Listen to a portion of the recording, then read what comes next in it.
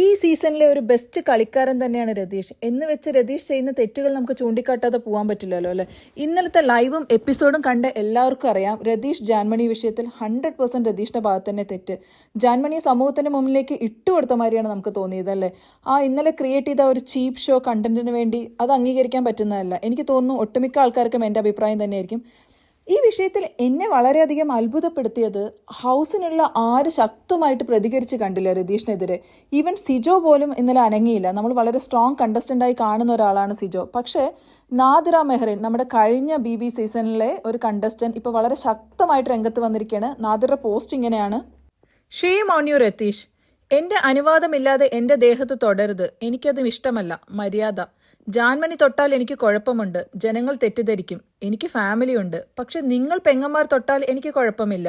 സ്വഭാവ വൈകല്യം. അതെന്താടേ നീ ഇങ്ങനെ? ജാൻമണിയെ പെങ്ങളായി കണ്ടൂടെ? ട്രാൻസ്ജെൻഡർ തൊടുന്നതെല്ലാം മറ്റൊരർത്ഥമുണ്ടല്ലോ. ഏത് അത്? എൻ്റെ പൊന്ന് രതീഷണ്ണ, നിങ്ങൾ ഈ കോണകപ്പുറത്തു നിന്നും ഷെഡിപ്പുറത്തേക്ക് ഇതുവരെ എത്തിയില്ലേ എന്നാണ് നമ്മുടെ നാദിറ ചോദിച്ചിരിക്കുന്നത്. വെൽഡൻ നാദിറ.